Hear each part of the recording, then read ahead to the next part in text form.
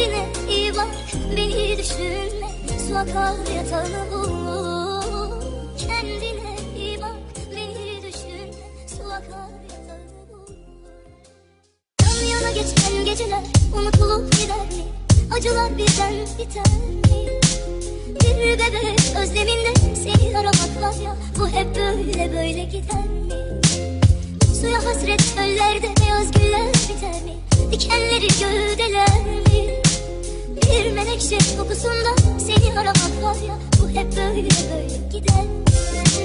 Bir menekşe kokusunda seni aramak var ya, bu hep böyle böyle gider mi? Kendine iyi bak, beni düşünme. Su akar yatağını bul. Kendine iyi bak, beni düşünme. Su akar yatağını bul.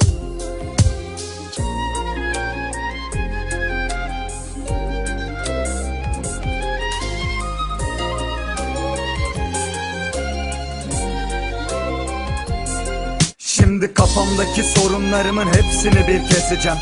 Bu kalpte aşkın sesi sevgilim 1000 desibel. Ben sana git desem de aldırma sen gene gel. Yalnız bugün bir tanem bak, başında yine der.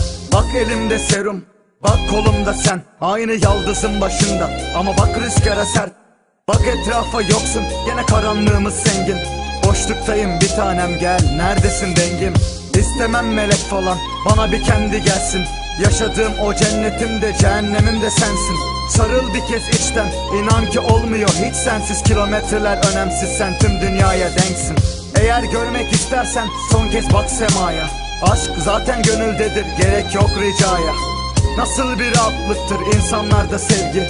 Hiçbir zaman düşmesin aşk dillerde iddiaya. Gidiyor yılların aşk, kendine iyi bak. Artık yokum göz bebeğim, tüm aşklardan ırak. Aynı istediğimiz gibi tüm gözlerden uzak. Gitmekteyim sevgilim ben, kendine iyi bak.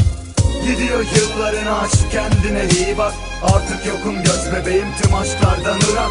Aynı istediğimiz gibi tüm gözlerden uzak. Gitmekteyim sevgilim ben, kendine iyi bak. Yan yana geçen geceler unutulup gider mi? Acılar birden biter mi? Bir bebek özleminde seni aramak var ya, bu hep böyle böyle gider mi? Suya hasret çöllerde beyaz güller biter mi? Dikenleri gövdeler mi? Bir menekşe kokusunda seni aramak var ya, bu hep böyle böyle gider mi?